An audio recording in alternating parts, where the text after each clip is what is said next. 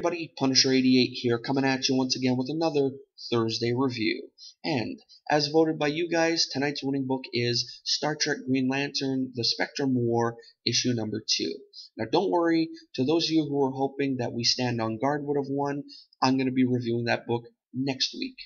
So, to those of you who watch my reviews, you guys know that I like to start with the cover first, so let's check it out. Now right off the bat, yes, I love this cover. In fact, I love it for two reasons. The first one being, I love the artwork, and I love how all the colors on this cover just come together so nicely. And the second reason, I love how you can look at this cover and go, this ain't gonna end well. I mean, look at it. You got Sinestro chilling with the Klingons. I mean, that's a recipe for disaster right there. So, yeah, from the cover alone, this book's already batting 1,000. But that's just the cover. Now it's time to get down to what I like to call the nitty-gritty. But before I do, I just want to mention to any new viewers out there or any new subscribers to my channel that if at any point during this review or any of my past reviews you notice that I look up and down at the camera quite a bit, or it sounds like I'm reading to you guys, the reason for that is I keep my notes in front of me. Why do I keep my notes in front of me? Well, there's a couple reasons. The first one being, with the notes, I find it helps the review flow a lot smoother. The second reason, with the notes, let's say I'm reading a certain part of the review and I get stuck. I can backtrack and keep going. Without the notes, if I get stuck, you guys at home are stuck watching me stare off into space until I think of something to say. Not cool. And the third reason, well, basically, memorizing text was never one of my strong suits, so therefore, the notes are a help aid. So if you guys are cool with that, awesome. We'll get through this review and we'll be on our merry way. Sound cool? Alright, so let's get started. So, in the last issue, we saw our Star Trek cast discover some rings of all colors.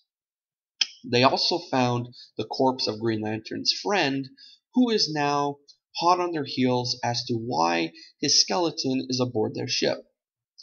Before he showed up, though, Scotty was able to release the energy of the rings using a tachyon field, and the rings have been rushing to new bearers ever since. Now, the yellow ring, as we know, is typically sent to evildoers, and it's found itself on the finger of a captain of a Klingon vessel. Could it get any worse? Well, we find out in this issue.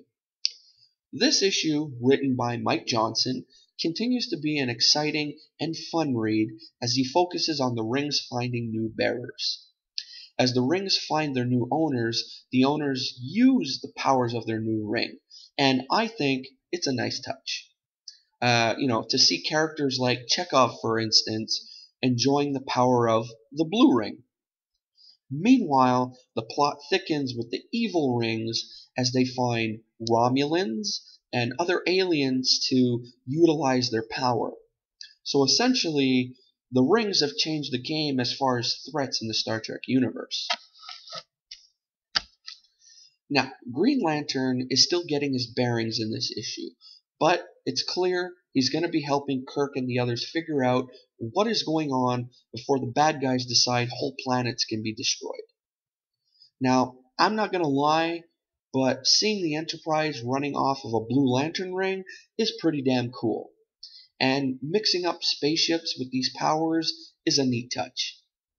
It fits so nicely into this world too, because Star Trek is all about exploration, discovery, and stopping those discoveries if they pose a threat. Now, to me, the greatest weakness of this issue is the lack of Green Lantern. I mean, so far, he's got a big smile on his face in most panels as he's entering this raid in a surprisingly chipper mood. Now, maybe it's due to his arrogance, but his actions and emotions, to me anyway, seem a little off. The only other issue I took with this comic was the heavy exposition sequence with the Romulans as we learn about their politics. To me, I found it was a bit of a bore, but probably important later on, mind you. But right now, who cares about politics when we have rings flying around?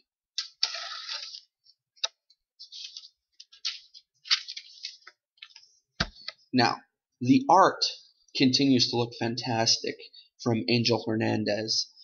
He does a fantastic job showcasing the ring's power to the newbie users, and the energy coming off them is, I think, a sight to see. The likeness of the Star Trek characters also continues to be spot on as well. Now, if you consider how boring a bunch of characters standing on a bridge could be, you'll appreciate his layouts more, as these are always interesting. So, is this issue good? Well, this crossover continues to work well on multiple levels. Exciting, action-packed, and capturing the most important aspect of Star Trek, and that is discovery. So, yeah, it's good. Now, I got some pros and cons for this issue. The pros outweigh the cons, so that's a good thing. So, first up, the whole issue looks great. Exciting crossover continues to be exciting. That's a big plus. And it's fun to see the lantern powers attaching to other characters. Now the cons. As I said, the exposition-heavy Romulan scene I thought was boring. And what's the deal with Green Lantern looking so darn happy? You know, you're in this big fight, for God's sakes, you know? Look serious for once. But anyway.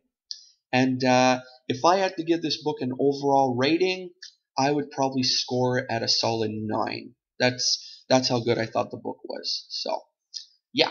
So anyway, there you have it, folks. I hope you enjoyed this review. If you did, give her a thumbs up. If not, thumbs down. If I get a thumbs down, that just means I gotta work harder on pleasing you guys. Also, if you enjoy reviews like this one, take a look around my channel. I got plenty of them. I mean, I do a new comic review every Thursday and Saturday.